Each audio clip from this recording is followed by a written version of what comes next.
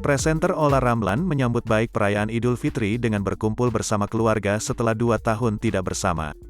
"Ya rame-rame sama keluarga pastinya, kan kami sudah 2 tahun nggak kumpul-kumpul," ungkap Olla Ramlan di kawasan Mampang, Jakarta, Jumat, tanggal 15 April tahun 2022. Tidak hanya itu, Olla tak menutup silaturahmi dengan suaminya, Aufar Hutapea, untuk tetap hadir merayakan Idul Fitri di tengah keluarganya. Walaupun saat ini Olla Ramlan menggugat cerai suaminya itu ke Pengadilan Agama Jakarta Selatan dan telah disidangkan. Jadi ia tetap bareng-bareng sama keluarga, anak-anak, sama Aufar juga, kata perempuan 42 tahun. Olla sendiri ingin tetap menjaga hubungan baik dengan Aufar Hutapea. "Kan kami jalanin baik-baik, pastinya sih nggak ada yang berubah. Semua baik-baik saja, normal-normal saja.